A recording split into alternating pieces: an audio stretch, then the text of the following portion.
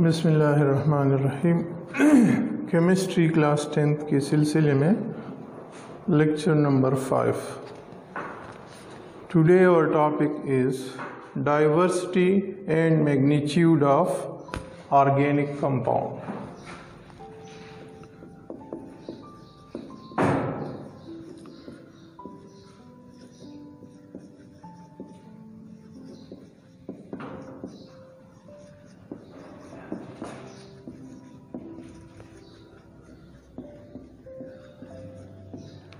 Diversity and magnitude of organic compound.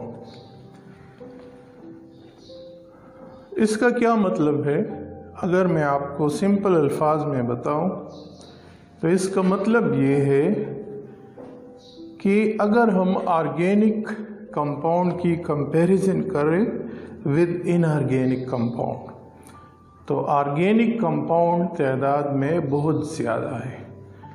Millions of organic compounds are present। अब इसकी वजह क्या है कि कार्बन चूंकि एक सिंगल एलिमेंट है और ये इतनी ज़्यादा मिक़दार में कंपाउंड बनाता है, तो इसकी बेसिक वजह क्या है वो इस टॉपिक में हम पढ़ेंगे। तो सबसे पहले जो इसका रीज़न है वो है tetravalency.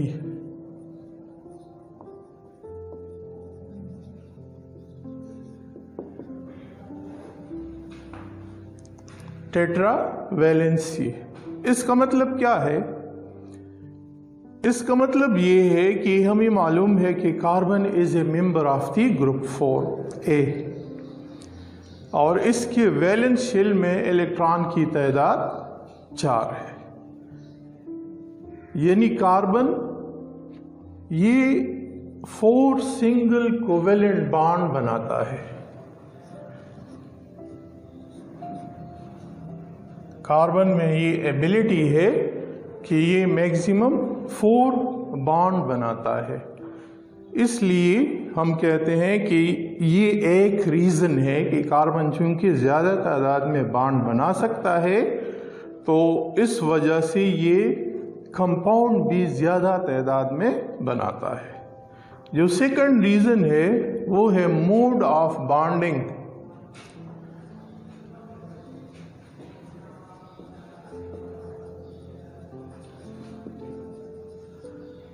Mode of bonding carbon में ये एबिलिटी है कि ये 3 तरह का कोवेलेंट बॉन्ड बनाता है।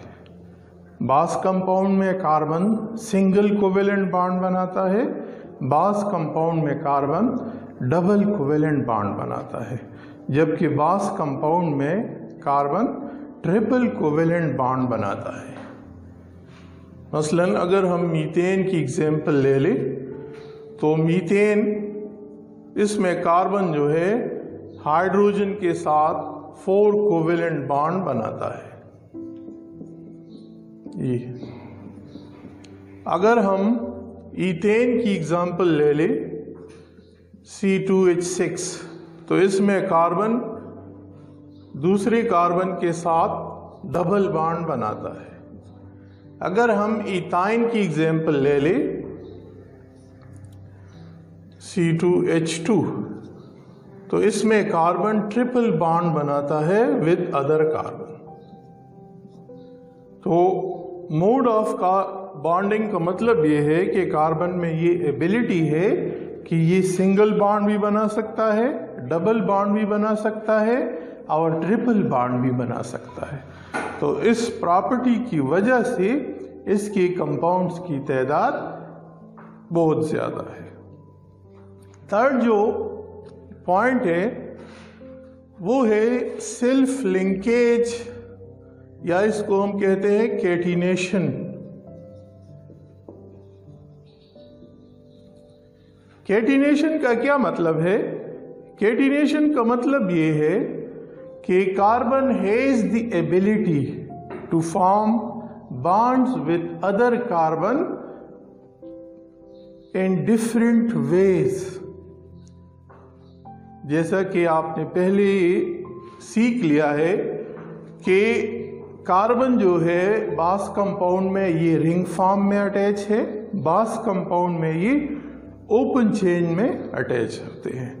तो इसको हम कैटिनेशन कहते हैं या इसको हम सेल्फ लिंकेज भी कहते हैं कि कार्बन में ये एबिलिटी है कि बहुत मुख्तलिफ तरीक़ों से एक कार्बन दूसरे कार्बन के साथ मिलकर बॉन्ड बनाता है। तो ये भी एक वजह है कि इसकी वजह से ऑर्गेनिक कंपाउंड की तादाद बहुत ज़्यादा है। फोर्थ जो पॉइंट है यहाँ पे वो है carbon bonding with other elements.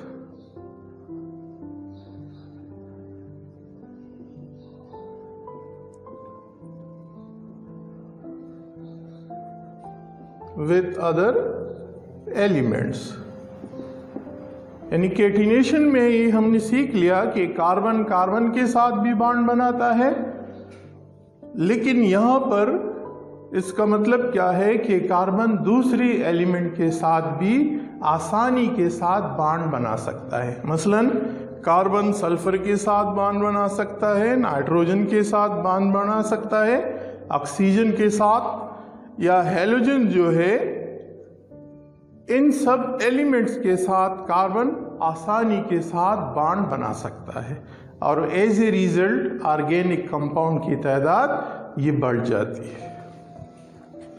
Next जो पॉइंट है वो है अरेंजमेंट ऑफ एटम। ये अरेंजमेंट ऑफ एटम की वजह से ऑर्गेनिक जो कंपाउंड है इसकी तादाद ज्यादा होती है। कार्बन में ये एबिलिटी है कि ये डिफरेंट एलिमेंट के साथ आसानी से बॉन्ड बना सकता है। अगर हम देख ले तो बास कंपाउंड ऐसे है जिसका मॉलिक्यूलर फार्मूला सेम होता है, लेकिन अगर हम उसका स्ट्रक्चर देख ले तो वो डिफरेंट होता है। मसलन C2H5OH ये एक कंपाउंड है जिसको हम कहते हैं इथाइल अल्कोहल। ये भी एक कंपाउंड है C2H6O, इसको हम कहते हैं ईथर।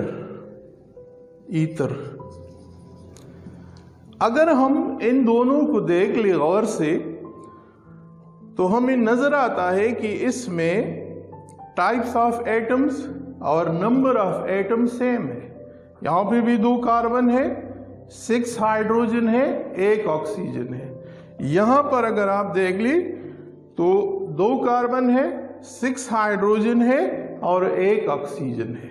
तो मॉलिक्यूलर फार्मूला दोनों का सेम है, लेकिन अगर हम इसका स्ट्रक्चर देख ले तो ये दोनों डिफरेंट एलिमेंट्स है, डिफरेंट कंपाउंड्स है। फॉर एग्जांपल अगर हम ये देख ले C2H5OH,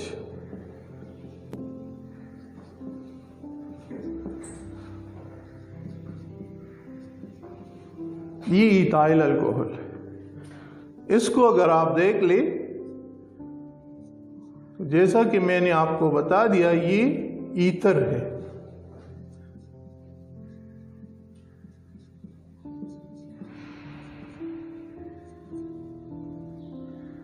अब दोनों कंपाउंड्स को अगर हम देख ले तो सेम टाइप ऑफ एटम है, लेकिन अरेंजमेंट दोनों का मुख्तलिफ है। तो इस अरेंजमेंट की मुख्तलिफ होने की वजह से कंपाउंड्स की जो तादाद है वो ज़्यादा हो जाता है। नेक्स्ट जो पॉइंट है strength of covalent bonds of carbon atom, strength of bond.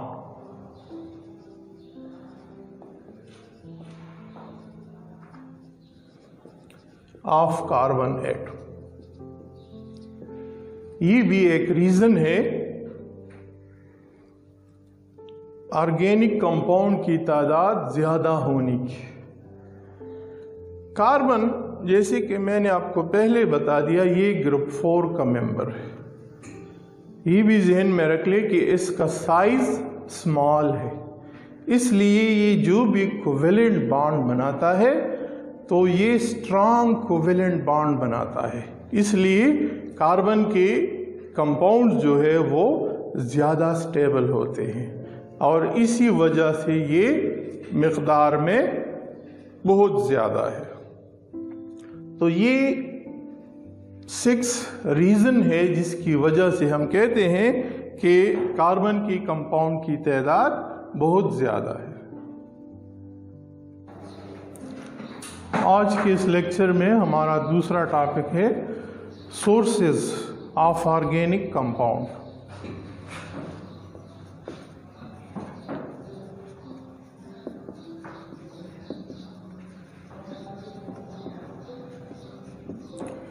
Source of organic compound के ऑर्गेनिक कंपाउंड कौन कौन से सोर्सेज से हम हासिल कर सकते हैं।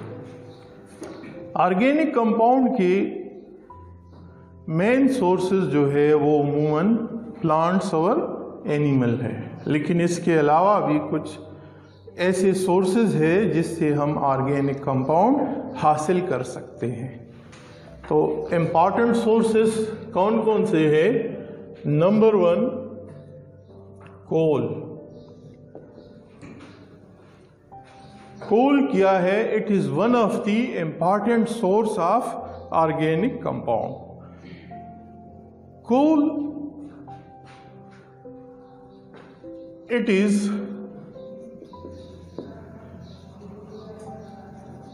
a dark solid mass।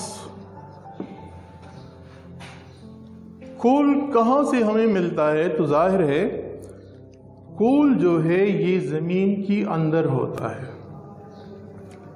और इसका ओरिजिन भी असल में प्लांट्स है कि जब प्लांट्स की डेथ एंड डिके हो जाए और उस पे बहुत सा वक्त गुजर जाए तो डिफरेंट कंडीशन, प्रेशर और टेम्परेचर की वजह से इसमें चेंजेस आ जाते हैं और ये जिस फॉर्म में आ जाता है इसको हम कहते हैं कोल।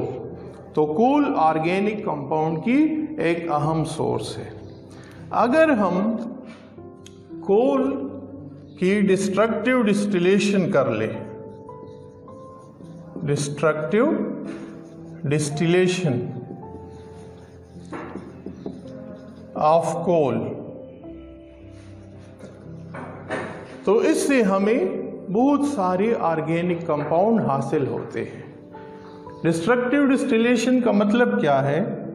डिस्ट्रक्टिव डिस्टिलेशन का मतलब ये है burning of coal in the absence of oxygen.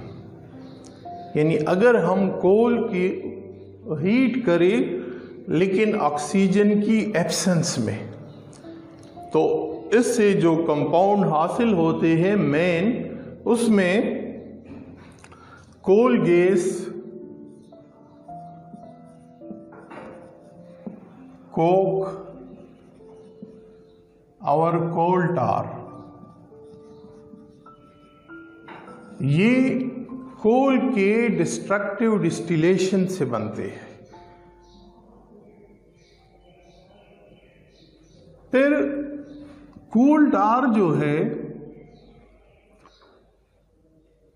इससे हम मोर देन 200 ऑर्गेनिक कंपाउंड हासिल करते हैं।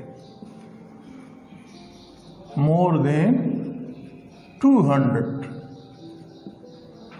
ऑर्गेनिक कंपाउंड जो है ये हम कोल से हासिल करते हैं। इसलिए हम कहते हैं कि कोल जो है ये ऑर्गेनिक कंपाउंड का एक अहम सोर्स है। सेकंड जो सोर्स है जिससे हम ऑर्गेनिक कंपाउंड हासिल करते हैं वो है पेट्रोलियम।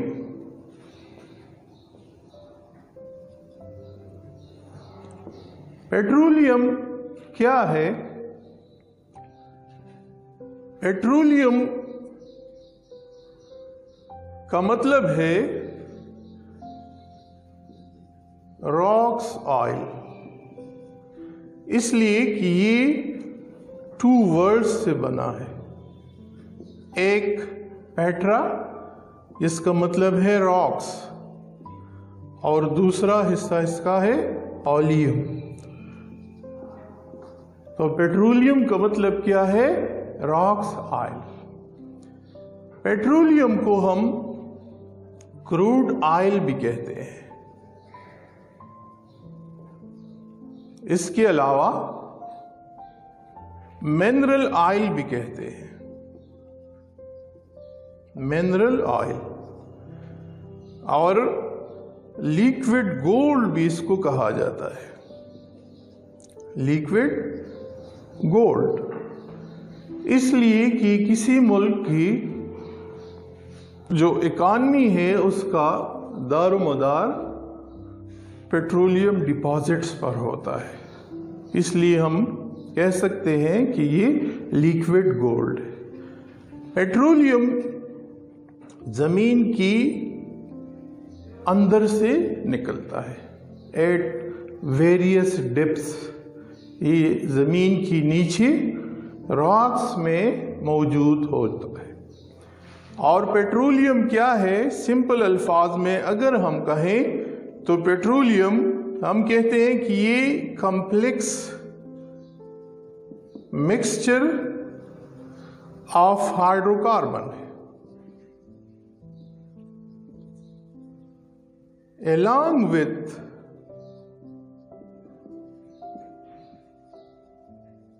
some other substances.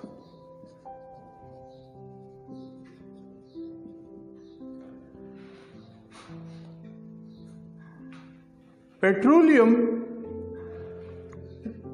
जिस वक्त ये जमीन से निकाला जाता है तो इस वक्त ये हम कहते हैं कि it is a useless mixture,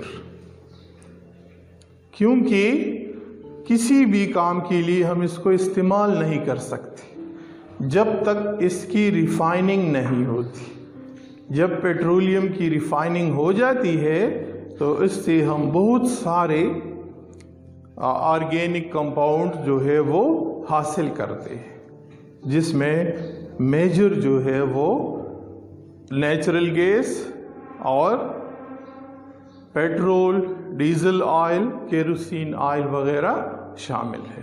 तो पेट्रोलियम क्या है? ये ऑर्गेनिक कंपाउंड की एक अहम सोर्स है। नेक्स्ट जो सोर्स है ऑर्गेनिक कंपाउंड की वो है natural gas. Natural gas, what is a natural gas? तो नेचुरल गैस हम कहते हैं it is a mixture of different gases, mixture of different gases. 4 उमूमन मेजर गैसेस इसमें होते हैं, मीथेन, ईथेन, प्रोपेन और कुछ अमाउंट और क्वांटिटी जो है वो ब्यूटेन की भी इसमें शामिल होती है।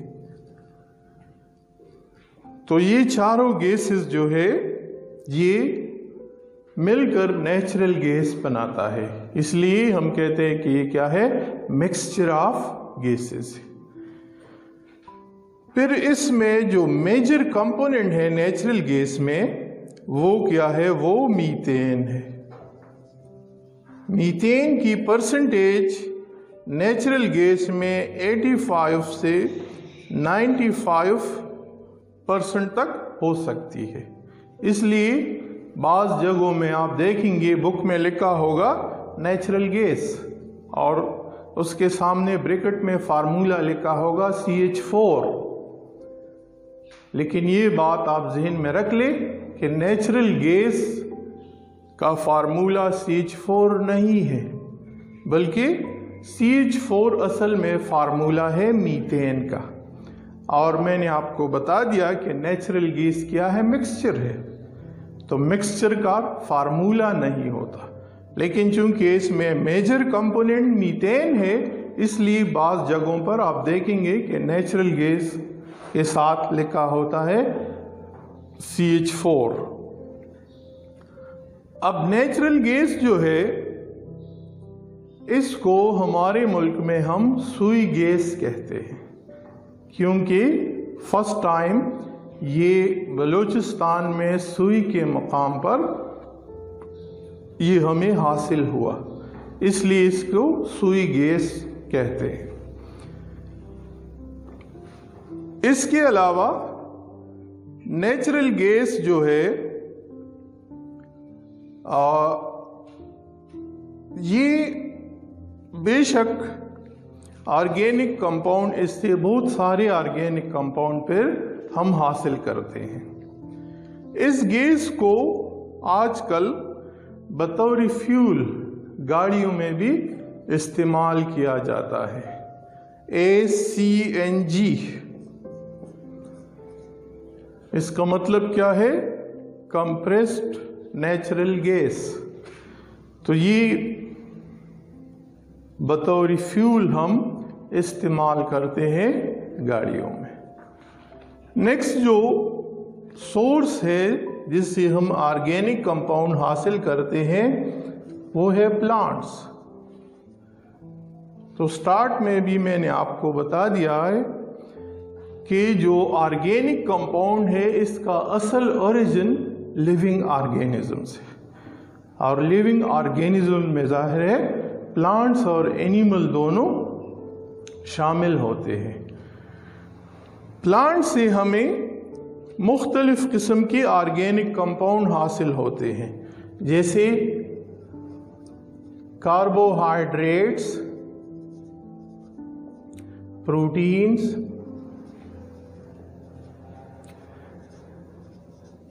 Fats, minerals. ये सारे ऑर्गेनिक कंपाउंड ऐसे हैं जिसको हम प्लांट से हासिल करते हैं। बाज़ औक़ात प्लांट्स की लीव्स हम इस्तेमाल करते हैं, बाज़ औक़ात स्टेम हम इस्तेमाल करते हैं, बाज़ औक़ात प्लांट्स के जो है फ्लावर, सीड्स या रूट्स भी इस्तेमाल होते हैं बतौर फूड, और उसी फूड से हम ये खुराक के जो बेसिक कंपोनेंट्स है ये हम हासिल करते हैं। नेक्स्ट जो सोर्स है ऑर्गेनिक कंपाउंड का वो है एनिमल।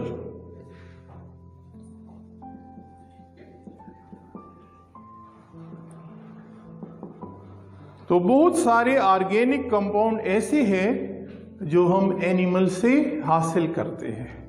मसलन प्रोटीन जो है ये बाय नेचर ऑर्गेनिक कंपाउंड्स है, ये हम एनिमल से हासिल करते हैं। एनिमल का जो मीट है उससे हम प्रोटीन्स हासिल करते हैं, वो प्रोटीन का रिच सोर्स है। इसी तरह जो एग्स है